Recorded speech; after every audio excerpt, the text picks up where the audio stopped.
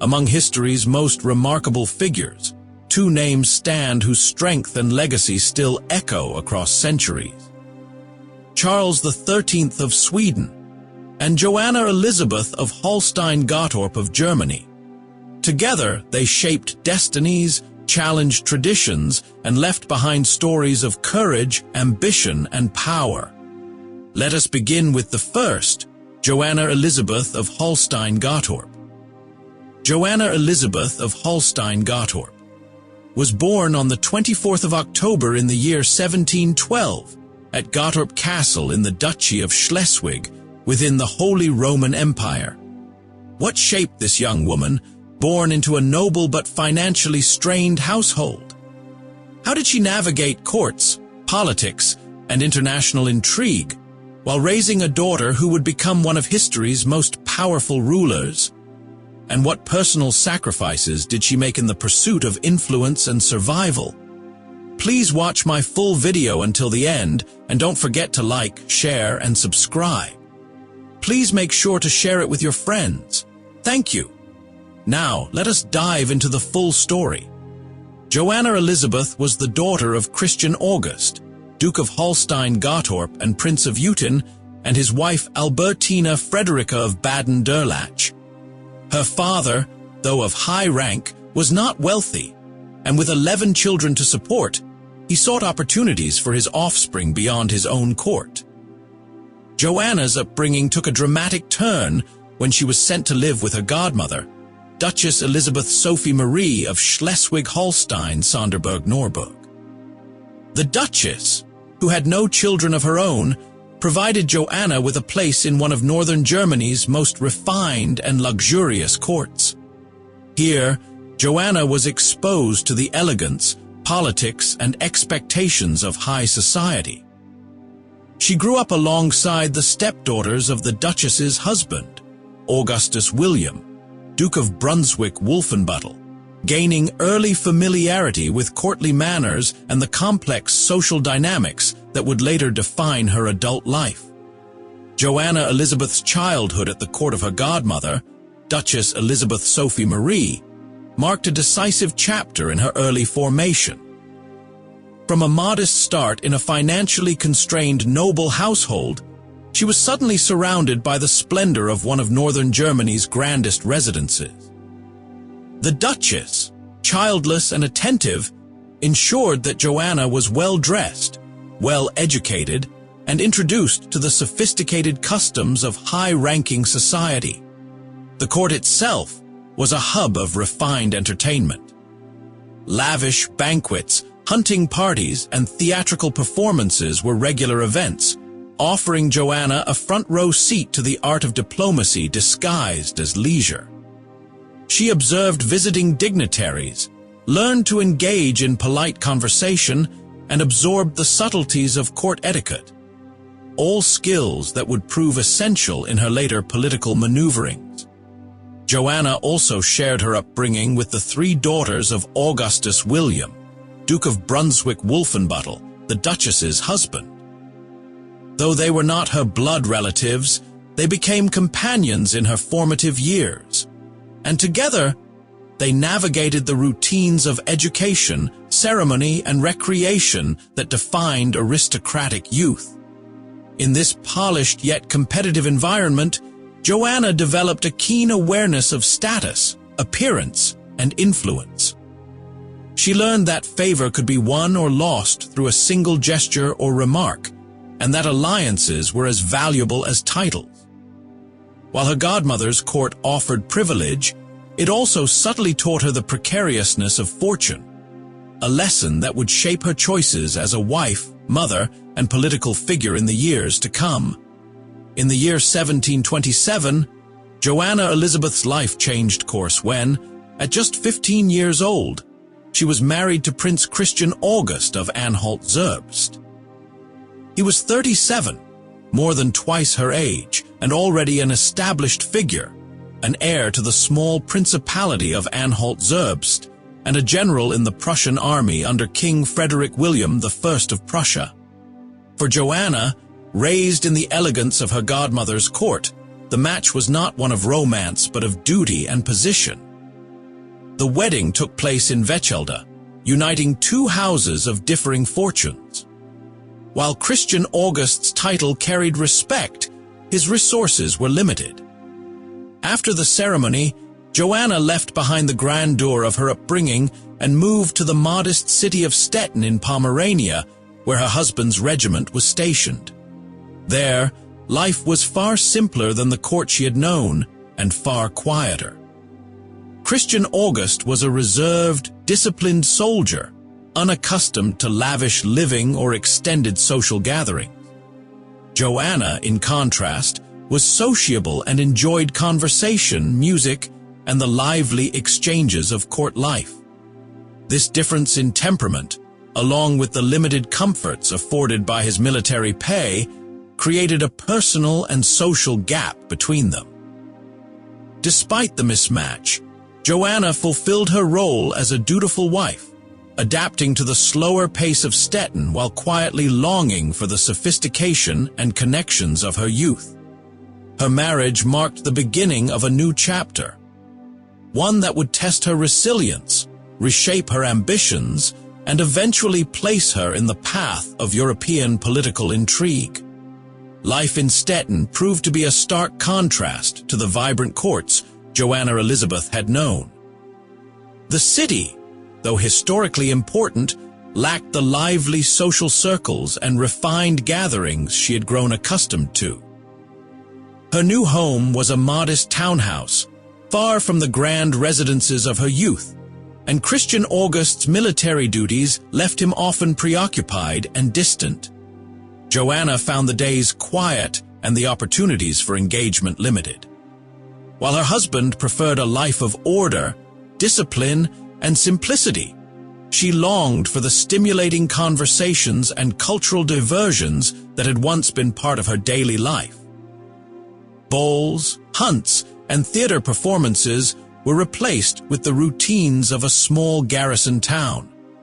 Despite her disappointment, Joanna adapted outwardly, fulfilling her expected role with dignity. Yet privately, she sought relief from the monotony. She began traveling frequently, returning to Brunswick, the place of her childhood, and visiting Berlin during the carnival season. At the Prussian court, however, she often sensed she was regarded as a poor relation, her marriage to a minor prince viewed as a step down from her family's connections. These early years in Stettin revealed a tension that would remain throughout her life, the struggle between her personal aspirations and the limitations imposed by circumstance. While she carried herself with grace, Joanna's ambitions quietly grew, shaped by the awareness that her position was fragile and that her future might depend on forging stronger ties beyond the borders of Anhalt-Zerbst. On the 22nd of January in the year 1729, Joanna Elisabeth gave birth to her first child, Sophie August Friederike. The birth was difficult and left Joanna confined to bed for 19 weeks to recover. In keeping with noble custom, Sophie was placed in the care of nurses and servants, a practice that created emotional distance between mother and daughter from the very beginning.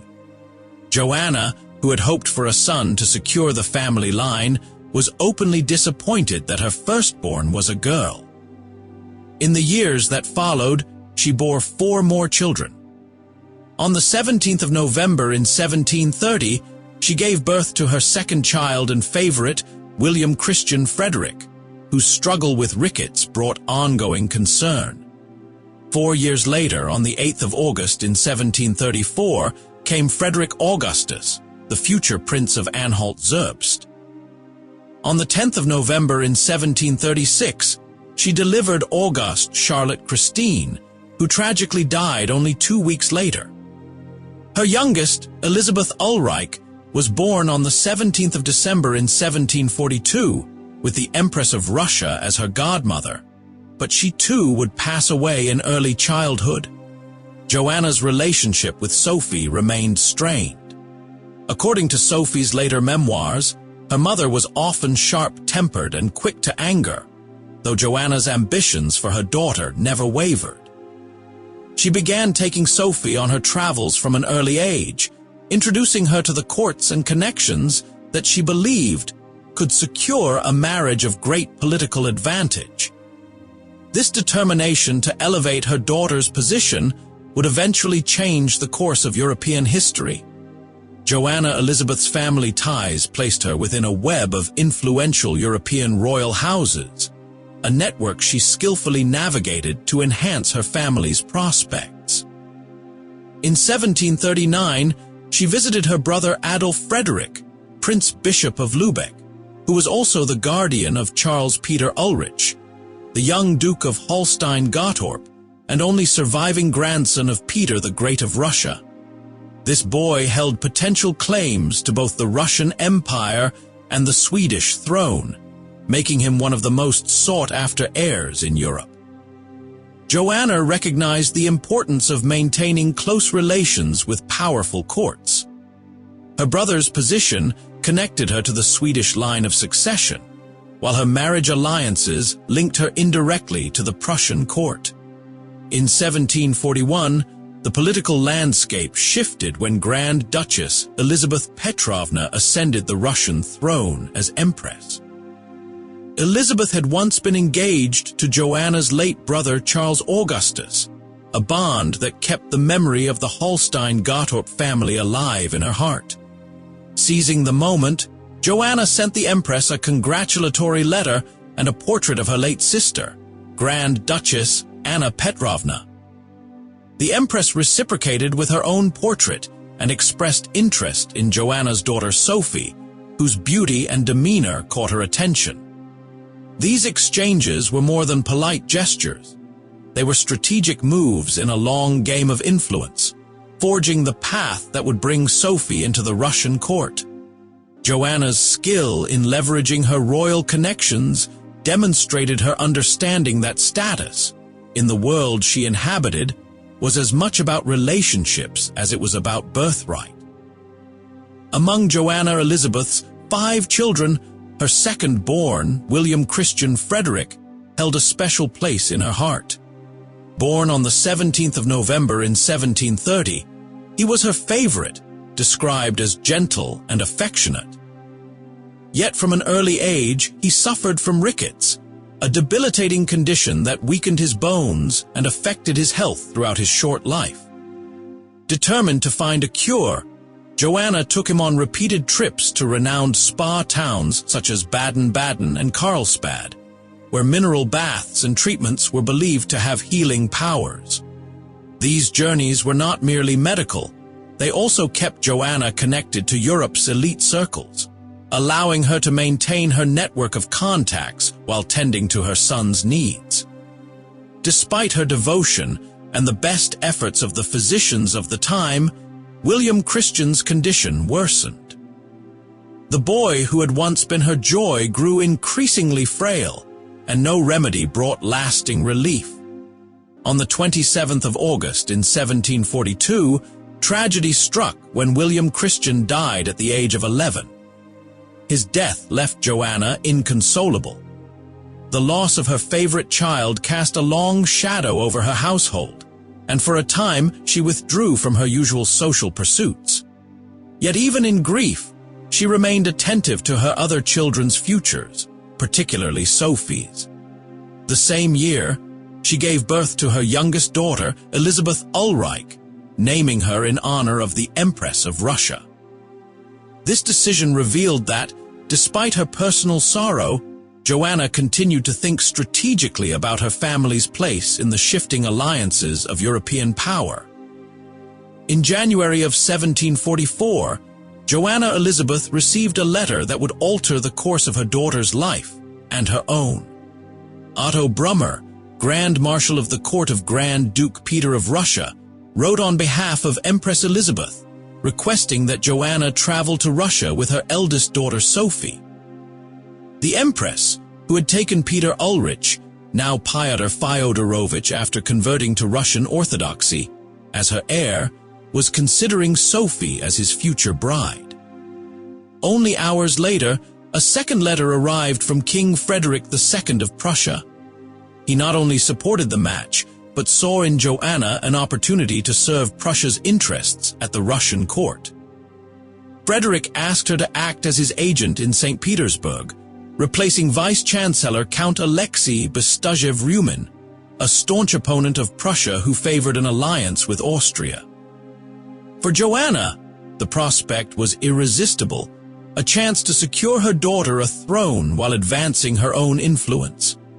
On the 10th of January, Joanna, Christian August, and Sophie traveled to Berlin to meet the king.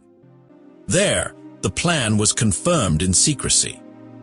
Christian August was asked by the Empress not to accompany them to Russia, and so Joanna would make the journey without him.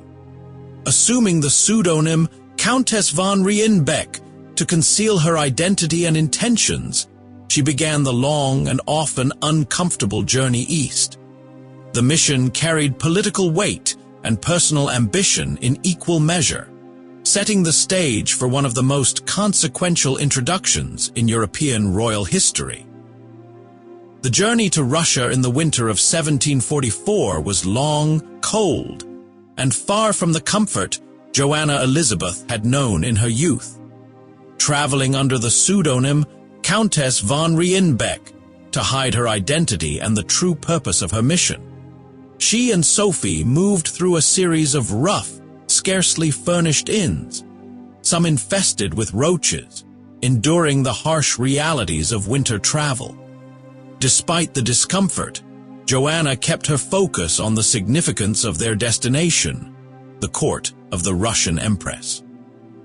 They arrived in Moscow on the 9th of February, old style, just in time to attend the celebrations for Grand Duke Peter's 16th birthday. At first, Joanna's reception was warm. Empress Elizabeth showed kindness toward her and Sophie, a promising sign for the marriage negotiations. Joanna expressed her gratitude often, aware that charm and diplomacy were her strongest tools in such a delicate environment. However, tragedy struck soon after their arrival. News reached Joanna that her youngest daughter, Elizabeth Ulrich, had died suddenly in Zerbst on the 5th of March, New Style. The loss was a personal blow, but Joanna could not allow her grief to derail her mission. She maintained her composure in public, focusing on strengthening Sophie's position at court. Her early impressions of Russia were shaped by both the grandeur of the imperial ceremonies and the undercurrents of political tension. Behind the glittering facades, alliances shifted quickly, and Joanna understood that success here would depend not only on Sophie's beauty, but also on her own ability to navigate intrigue with precision and caution. While in Russia, Joanna Elisabeth worked to fulfill the dual purpose of her journey, securing Sophie's engagement to Grand Duke Peter and advancing the political interests of King Frederick II of Prussia. Acting as his unofficial agent, she sought to weaken the influence of Vice-Chancellor Count Alexei Bestuzhev-Reumin, a staunch opponent of Prussia who favored an alliance with Austria. Joanna engaged in discreet communications with both the Prussian and French ambassadors, relaying intelligence and promoting positions favorable to Prussia's foreign policy. Initially, her charm and gratitude toward Empress Elizabeth kept relations cordial. However, tensions began to emerge when Sophie fell ill and court physicians recommended bloodletting, a common practice of the time. Joanna refused to permit it, fearing for her daughter's health. This decision angered the Empress, who personally took over Sophie's care. Joanna's tendency to voice her complaints openly further eroded her standing in the eyes of the Russian court. The turning point came when Bestuzhev intercepted her private correspondence with foreign envoys. The letters, which revealed her role in anti-Austrian maneuvering, were presented to the Empress as proof of her political scheming. Elizabeth, furious at this betrayal of trust, resolved that Joanna would be expelled from Russia immediately after Sophie's wedding. In the charged atmosphere of the imperial court, Joanna's role as a political operative became a liability. What had begun as a bold diplomatic mission now carried the risk of disgrace, as the fine balance between ambition and survival began to tip dangerously out of her favor. On the 21st of August in 1745, old style, the long-anticipated wedding between Sophie August Friederike of Anhalt-Zerbst and Grand Duke Peter of Russia took place. Sophie, now baptized into the Russian Orthodox faith as Grand Duchess Catherine Alexeyevna, stood beside her groom in a ceremony designed to display imperial grandeur and secure dynastic stability. For Joanna Elisabeth, the day marked the culmination of years of calculated effort to place her daughter in one of the most powerful courts in Europe. Despite the success of the match, the atmosphere between Joanna and her new son-in-law had cooled. During the engagement, relations had soured due to differences in personality and mutual distrust. Still, Joanna recognized the importance of maintaining appearances and took pride in seeing Sophie's position formally secured. True to the Empress's decision after the intercepted letters scandal, Joanna's time in Russia ended abruptly. Without bidding Sophie farewell, she departed soon after the wedding, carrying with her an array of costly gifts from the Empress. Yet her exit was tinged with humiliation. In Riga, she was given a message to deliver to the King of Prussia, requesting the recall of the ambassador implicated in the conspiracy against Vice-Chancellor Bestuzhev. The wedding had fulfilled Joanna's political objective, but at a personal cost.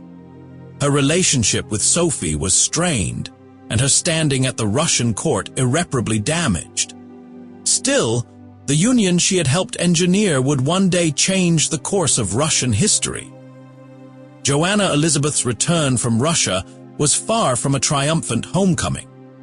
Although she carried lavish gifts from the Empress, the circumstances of her departure, ordered to leave after her political intrigues were exposed, cast a shadow over her reputation. Delivering the Empress's pointed message to King Frederick II of Prussia regarding the recall of his ambassador was a reminder of her diminished standing in both courts. Back in Anhalt-Zerbst, Joanna resumed life with her husband, Prince Christian August. Their reunion, however, was short-lived. On the 16th of March in 1747, Christian August died, leaving their son Frederick Augustus as the new prince. At the time, he was still a minor, and Joanna assumed the role of regent, managing the affairs of the principality on his behalf. The loss of her husband placed heavy responsibilities on her shoulders, but it also gave her a degree of authority she had never enjoyed before.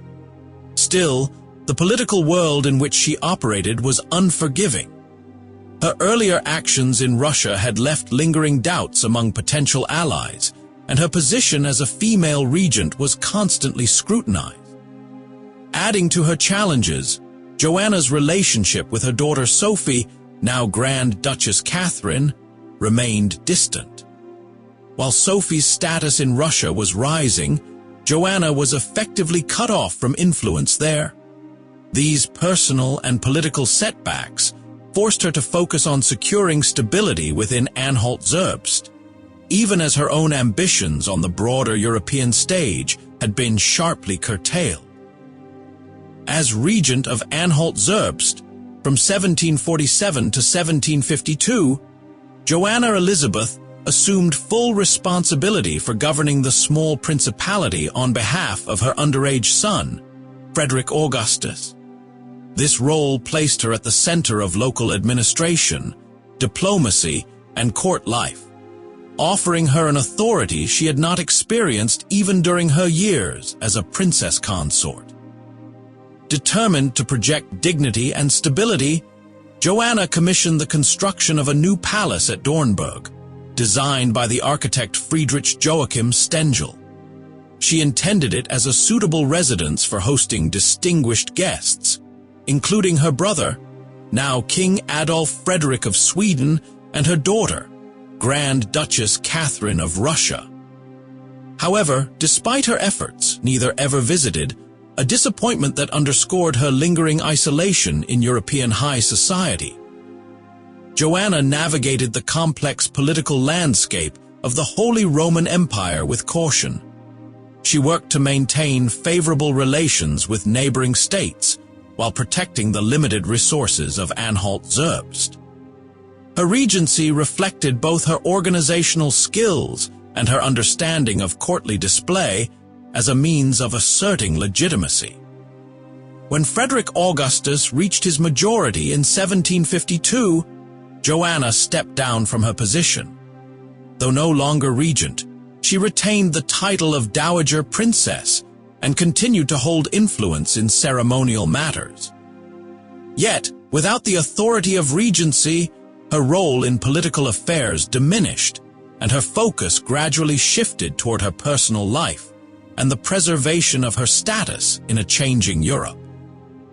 Joanna Elisabeth's later years took an unexpected turn during the upheavals of the 7 Years' War. In 1758, Prussian forces invaded Anhalt-Zerbst, forcing her and her son, Prince Frederick Augustus, into exile. With their principality under occupation, they sought refuge in Paris, a city that offered safety but also underscored their displacement from their homeland. In Paris, Joanna maintained the lifestyle of a noblewoman in exile. She attended select social gatherings, cultivated relationships with members of the French aristocracy, and worked to keep her family's name respected despite their political misfortune. Yet life in the French capital was a far cry from the influence she once wielded as regent. Her authority was gone, and her ability to shape political events was limited to quiet networking and maintaining appearances. The city's vibrant salons and cultural circles provided some distraction, but the reality of exile weighed heavily. Joanna's resources were constrained, and she relied on careful management to sustain her household. Meanwhile, her daughter Sophie, now Grand Duchess Catherine, remained far away in Russia, rising in prominence as the wife of the heir to the imperial throne. Although physically removed from the political struggles of Anhalt-Zerbst, Joanna followed events in Europe closely, aware that the balance of power could shift at any time. Paris became both her refuge and her gilded cage, a place where she could live with dignity but without the authority and direct influence she had once enjoyed. Joanna Elisabeth's final chapter came to a close in Paris, where she had lived in exile since 1758. On the 30th of May in the year 1760, she died at the age of 47, far from the courts and lands where she had once held influence. Her death ended a life marked by ambition, calculated alliances, and the constant navigation of Europe's intricate web of dynastic politics. In the years following her passing, her legacy became intertwined with that of her most famous child, Sophie August Friederike, better known as Catherine the Great, Empress of Russia. Although their personal relationship had been strained, Joanna's determination to secure her daughter a powerful marriage had succeeded beyond anything she could have imagined. Just 2 years after her mother's death, Catherine would ascend the Russian throne, becoming one of history's most formidable rulers. Historians often debate Joanna's character. To some, she was a skilled political operator, able to recognize and seize opportunities in a male-dominated world. To others, her ambition and involvement in court intrigues led to her downfall, tarnishing her reputation in her own lifetime. Yet there is no denying that she understood the importance of positioning, image, and influence, qualities that shaped not only her own path, but also the destiny of her descendants. Even in exile, Joanna maintained a network of correspondences, staying informed about political shifts and alliances across Europe. These letters, some of which survive in archives, reveal a woman who never entirely let go of her role as a strategist and observer of power. She remained acutely aware of how her choices had set in motion events that would echo for decades. In the end, Joanna Elisabeth of Holstein-Gottorp's story reflects the complex realities of 18th century European nobility, a life lived between privilege and vulnerability, power and exile, triumph and loss. Her legacy endures, not only in the history books, but also in the shadow she cast over one of the greatest reigns in Russian history. It serves as a reminder that influence is not always measured by a crown worn, but by the paths one shapes for those who come after. Her life also illustrates how power could be exercised beyond thrones and official titles. Joanna's strategies, alliances, and carefully calculated moves demonstrated that influence often worked in subtler ways, through relationships forged, letters sent, and opportunities seized at just the right moment. She understood the art of survival in a world where political fortunes could shift overnight, and where exile did not necessarily mean irrelevance. Generations later, historians and readers alike continue to find her story compelling, not only because of her connection to Catherine the Great, but because it challenges the traditional image of 18th century noblewomen as passive figures. Joanna was far from passive. She was an active participant in shaping the destiny of her family and, indirectly, the history of Europe. Though her days ended far from the glittering courts of her youth, the ripples of her decisions stretched across borders and decades, leaving an imprint that cannot easily be erased. Her life invites us to reconsider what true legacy means. Perhaps it is not the grandeur of public memory, but the quiet, enduring impact on the course of history itself. Let us now turn to another remarkable figure of royal descent. Charles XIII of Sweden was born on the 7th of October in the year 1748 at the Royal Palace in Stockholm, Sweden. How did this prince, born into the splendor of the Swedish court, navigate a life marked by shifting alliances, military trials, and the burden of royal duty?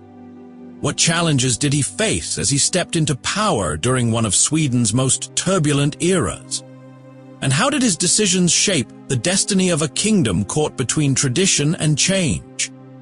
Charles was the second son of King Adolf Frederick and Queen Louisa Ulrika of Prussia.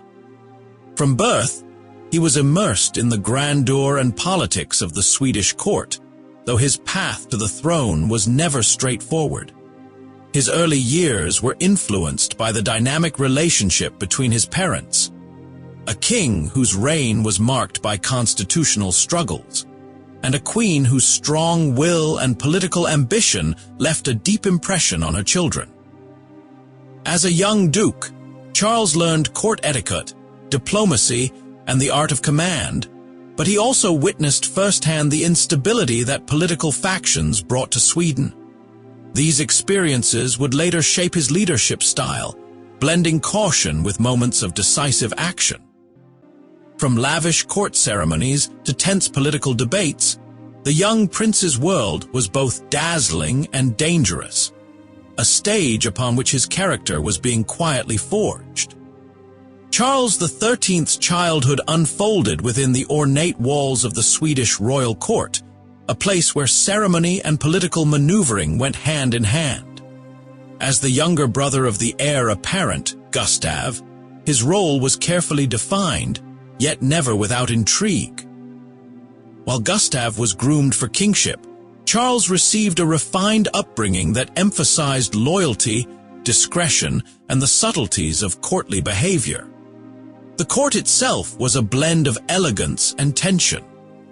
Grand banquets and formal audiences were balanced by whispered alliances and rivalries among the nobility. Charles grew up under the watchful eyes of tutors who schooled him in languages, history, and the military sciences. These lessons prepared him for service to the crown, but also instilled in him a sense of caution in political affairs. Despite the formal nature of his upbringing, Charles enjoyed moments of warmth and camaraderie with his siblings. The royal children were expected to present a united front, even when private disagreements arose. This early exposure to the demands of public image and internal diplomacy would serve him well in later years. From an early age, Charles also became aware of Sweden's shifting political landscape. He saw firsthand how constitutional limits on royal power created constant friction between the monarchy and the Riksdag, Sweden's legislative body.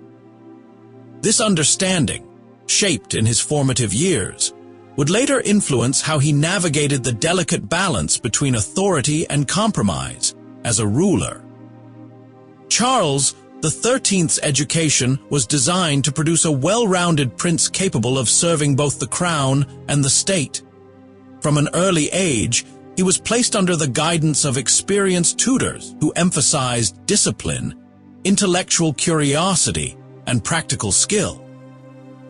His curriculum included classical studies, modern languages, political history, and the military sciences, reflecting the expectations placed upon a member of the royal family. French was a particular focus, as it was the language of diplomacy in Europe, while German connected him to his mother's Prussian heritage. He also studied Swedish history to understand the kingdom's past victories and challenges. Mathematics and navigation were included to broaden his strategic thinking, while fencing, riding, and marksmanship ensured his readiness for military command. Beyond formal lessons, Charles received moral and philosophical instruction, intended to instill virtues such as honor, prudence, and loyalty. Court life reinforced these teachings, as he observed the necessity of balancing charm and caution in interactions with nobles, foreign envoys, and visiting dignitaries. This blend of academic learning and practical experience shaped Charles into a thoughtful and observant young man. While not as outwardly ambitious as his elder brother Gustav, he developed a quiet determination and a readiness to serve when called upon. His upbringing provided him with the adaptability and resilience needed for the unpredictable demands of royal life, preparing him for the roles and responsibilities that lay ahead. As Duke of Södermanland, Charles was entrusted with responsibilities that shaped his character and prepared him for future leadership. The duchy, located in central Sweden, was not only a prestigious title, but also a practical training ground for governance. From a young age, he was involved in overseeing local administration, managing estates, and maintaining relations with influential nobles. These duties demanded tact, discipline, and the ability to balance the interests of the crown with those of the people. Charles was known for his meticulous attention to detail, often reviewing reports himself and personally corresponding with advisors. The position also placed him at the center of Sweden's political and cultural life. He became a patron of local projects, supported agricultural improvements, and encouraged military preparedness within the duchy. His role required him to attend important court functions, forging connections with high-ranking officials and foreign diplomats. These experiences gave him valuable insight into the complexities of diplomacy and statecraft. Serving as Duke also strengthened his public image. Many saw him as a steady and thoughtful leader, someone who could be relied upon during uncertain times. His reputation in Södermanland would later play a key role in securing support during critical moments in Swedish politics, as allies from his ducal years continued to stand by him. Charles's early military career began as part of Sweden's long-standing tradition of training its princes in the art of war. From his teenage years, he received rigorous instruction in strategy, weapon handling, and command, often under the guidance of experienced officers. His position as Duke of Södermanland meant he was expected to not only understand military theory, but also to prove himself in the field. Charles participated in training exercises with the Swedish army, learning firsthand about the discipline and organization required to lead troops effectively. His first real experiences came during Sweden's smaller military engagements in the late 18th century. Although these were not large-scale wars, they tested his ability to make quick decisions under pressure. Charles proved to be a competent officer, showing calmness in tense situations and earning the respect of his soldiers. These early campaigns also exposed him to the logistical challenges of war, from securing supplies to maintaining morale among the ranks. Beyond battlefield skills, his service built his reputation as a prince who shared the hardships of his men. He often joined them in camp life, listening to their concerns and rewarding loyalty. This strengthened the bond between him and the Swedish armed forces, a connection that would remain important throughout his political life. His military background later became a crucial asset when navigating Sweden's turbulent political landscape, where the support of the army could make or break a ruler. Charles and his elder brother, King Gustav III, shared a relationship shaped by both deep familial bonds and underlying political tension. As the younger sibling, Charles was often in Gustav's shadow, yet the two maintained moments of genuine affection. Gustav, known for his strong will and reformist vision, saw Charles as a loyal supporter in public, though privately they differed in temperament and priorities. Where Gustav thrived on bold political moves and cultural patronage, Charles was more cautious and reserved, preferring steady governance over dramatic change.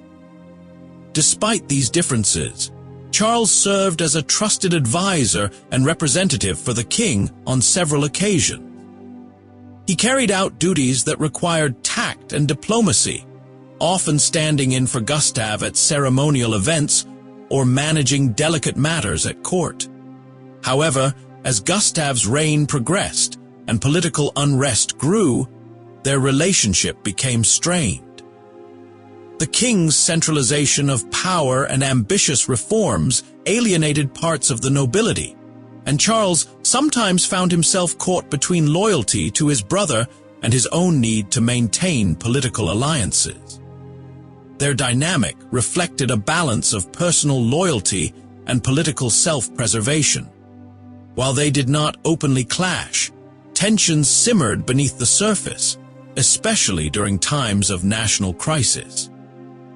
This mix of cooperation and quiet rivalry would eventually play a role in the dramatic events that later unfolded in Sweden's monarchy, marking one of the most complex chapters in both brothers' lives. During the late 18th century, Sweden's political climate was marked by growing instability, shifting alliances, and a constant tug of war between royal authority and noble influence. King Gustav III's ambitious reforms had centralized power in the monarchy, which won him the loyalty of some factions but stirred resentment among others, particularly the aristocracy. Charles, as Duke of Södermanland, navigated this turbulent environment with measured caution. He was well aware that public sentiment toward the monarchy could change swiftly, depending on political maneuvering and international pressures. Beyond Sweden's borders, Europe was undergoing its own upheavals.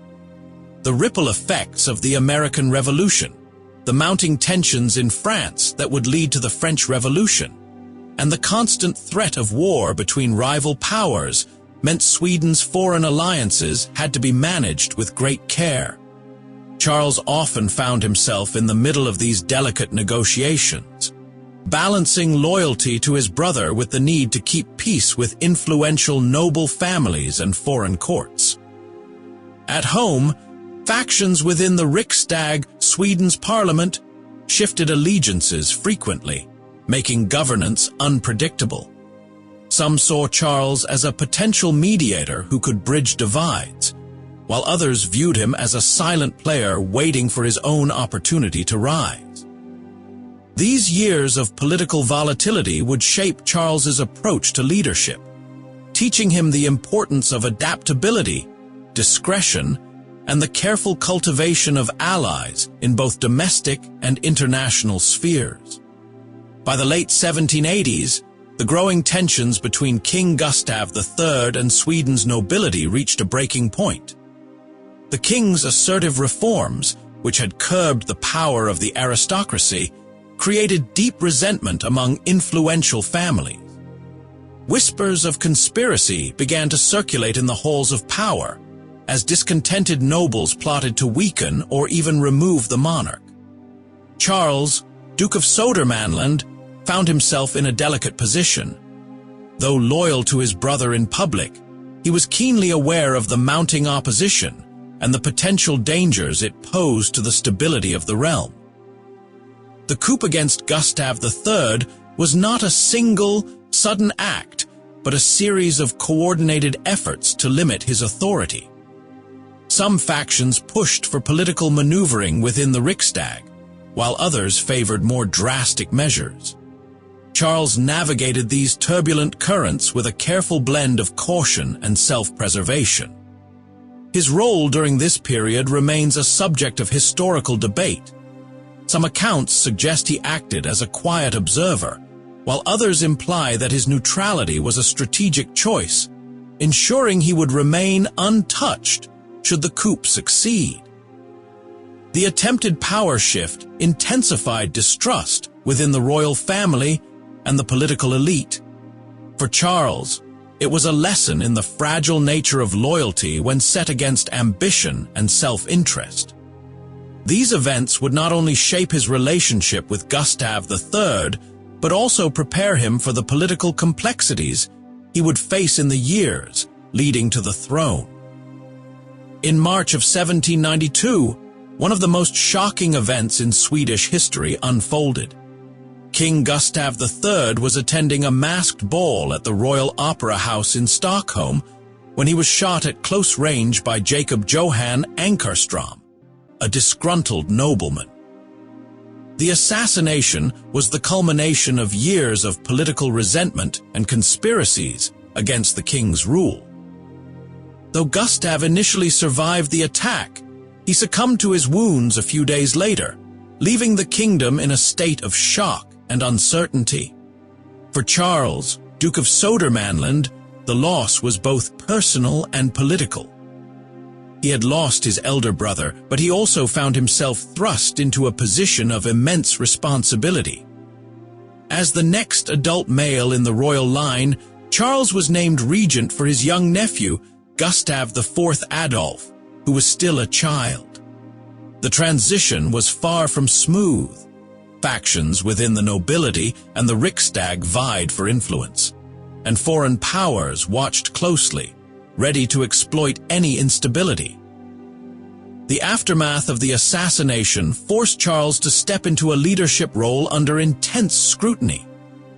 He had to maintain stability, reassure foreign allies, and keep internal rivalries from erupting into open conflict. The event not only altered the course of his own life, but also set Sweden on a new political path, where Charles's ability to balance power and diplomacy would be tested like never before. Following the death of Gustav III, Charles assumed the role of regent for his young nephew, Gustav IV Adolf, who was not yet of age to rule. The regency period, beginning in 1792, placed Charles at the center of Swedish governance during a time of political fragility. His primary responsibility was to safeguard the throne for his nephew, while maintaining stability both at home and abroad.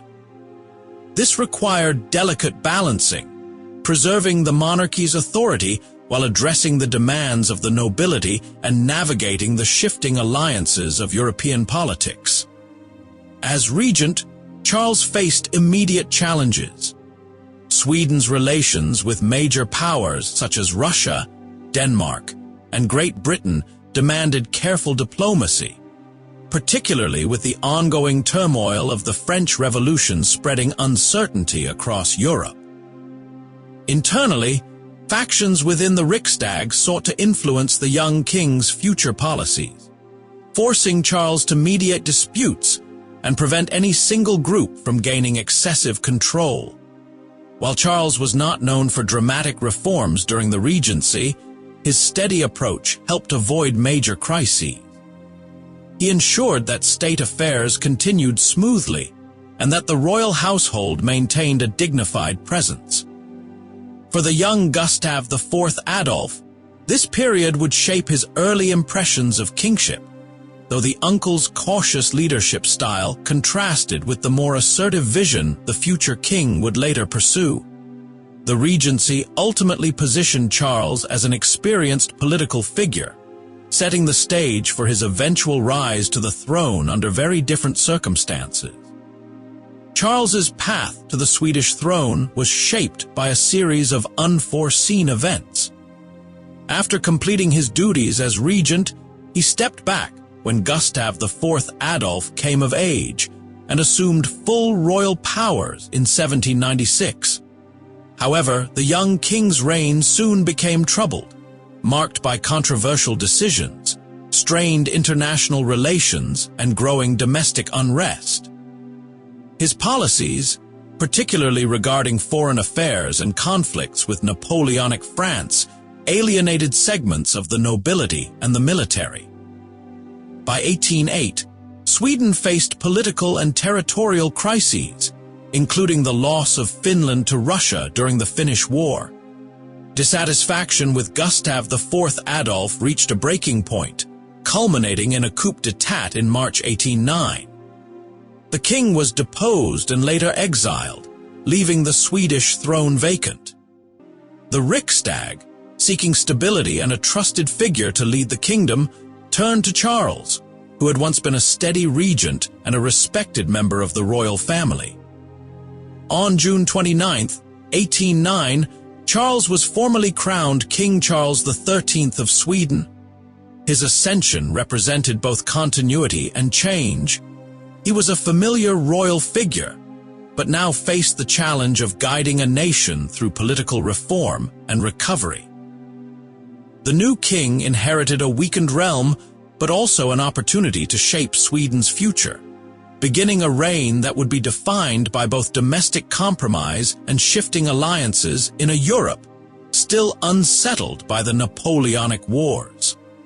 Charles XIII's reign began during a period of political transformation in Sweden. In the same year he ascended the throne, the Riksdag adopted a new constitution that limited royal power and strengthened the role of the parliament. Charles accepted these reforms, recognizing that stability depended on cooperation between the crown and the legislative body.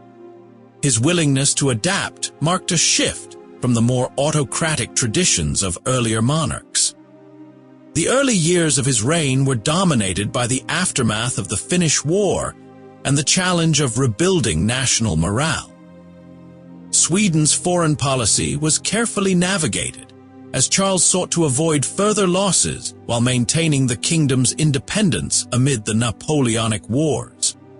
In 1810, the unexpected death of the heir, Crown Prince Charles August, led to a succession crisis. To secure the monarchy's future, the Riksdag elected the French Marshal Jean-Baptiste Bernadotte as Crown Prince, a decision Charles endorsed despite its unusual nature. Although Charles's health and energy were limited, he fulfilled his duties with dignity, often delegating daily governance to trusted ministers and later to the Crown Prince. His reign became known less for bold initiatives and more for preserving Sweden's sovereignty and guiding the kingdom through a transitional era. By the end of his rule, Sweden had avoided major conflicts and laid the groundwork for the union with Norway, which would emerge in the final years of his life. The later years of Charles XIII's reign were marked by one of the most significant political shifts in Scandinavian history. the union of Sweden and Norway. The backdrop for this change was the defeat of Denmark-Norway in the Napoleonic Wars, which forced Denmark to cede Norway to Sweden under the Treaty of Kiel in January 1814. For Charles, this presented both an opportunity and a challenge, uniting two distinct kingdoms under one crown while preserving each nation's identity and governance. Norway, however, resisted the arrangement. That same year, Norwegian leaders declared independence and adopted their own constitution at Eidsvoll. This led to a brief war between Sweden and Norway in the summer of 1814. The conflict was resolved through negotiation, resulting in the Convention of Moss, which established a personal union between the two kingdoms. Under this agreement, Sweden and Norway would share a monarch, but maintain separate laws, parliaments, and institutions. As king of both Sweden and Norway, Charles held a largely symbolic position in the new dual monarchy, with much of the political leadership carried out by Crown Prince Charles John, the former Jean-Baptiste Bernadotte. Despite his declining health, Charles lent his royal authority to solidifying the union, ensuring it began on terms that both nations could accept. The arrangement would last nearly a century, shaping the political landscape of Scandinavia well beyond Charles's lifetime. By the time the union with Norway was established, Charles XIII's health was in steady decline. Years of physical ailments, including paralysis in parts of his body, limited his mobility and left him increasingly dependent on others for the day-to-day functions of governance. His eyesight also began to fail, adding to the difficulties of carrying out his royal duties. Much of the kingdom's administration had already shifted to Crown Prince Charles John, whose energy and political skill became the driving force behind the monarchy's leadership. Despite his frailty, Charles remained engaged in state matters where possible. He took part in important ceremonial functions, presided over certain sessions of the Riksdag, and maintained a watchful interest in both Swedish and Norwegian affairs. His presence, though often symbolic, was valued as a unifying figurehead during a politically sensitive era. In private, Charles lived a quiet life, surrounded by a close circle of attendants and courtiers who ensured his comfort. He continued to receive foreign diplomats and dignitaries, offering them his measured perspective on matters of European politics, particularly as the post-Napoleonic order reshaped the continent. While his role had become largely ceremonial, his steady and dignified demeanor reassured both nations during the transition to the new union. The combination of advancing age and chronic illness, however, meant that the king's public appearances became rare. By the final years of his life, Charles's reign was remembered less for bold action and more for the calm stewardship that had helped guide Sweden and Norway through a critical period of change. Charles XIII's final years were marked by increasing frailty. Confined largely to his residence in Stockholm, he depended heavily on his attendants for mobility and communication. By the early 1820s, his health had deteriorated to the point where his public appearances were rare, and governmental authority had effectively transitioned to Crown Prince Charles John. Still, the aging king remained a respected figure, admired for his ability to maintain national stability during years of political upheaval. On the 5th of February in the year 1818, Charles passed away in Stockholm at the age of 69. His death marked the end of the House of Holstein-Gottorp's direct rule over Sweden and Norway, paving the way for the full ascension of Charles John, founder of the Bernadotte dynasty. The transition was smooth, a testament to the careful political groundwork laid during Charles's reign. In historical memory, Charles XIII occupies a complex place. He was neither a dynamic reformer nor an ambitious conqueror, but his reign bridged a critical era in Scandinavian history. His steady leadership during the turbulent Napoleonic period, his acceptance of constitutional limits, and his role in the peaceful union with Norway ensured his reputation as a stabilizing influence. While overshadowed by more prominent monarchs, Charles is remembered for his humility, sense of duty, and ability to adapt to the shifting political realities of his time. Historians often point out that his cautious diplomacy helped preserve Sweden's sovereignty during a period when many European states fell under foreign control. His willingness to work with emerging constitutional structures demonstrated political foresight rare for the era. In this sense, his reign laid the groundwork for the more modern and balanced monarchy that would follow, allowing Sweden and Norway to face the 19th century with renewed stability and hope. His legacy endures as a reminder that sometimes the value of a ruler lies not in grand achievements, but in the quiet preservation of peace during uncertain times. What do you think about Joanna Elisabeth of Holstein-Gottorp of Germany? Was Joanna a skilled and determined strategist, a woman who navigated the treacherous world of 18th century courts to secure her daughter's rise as Catherine the Great?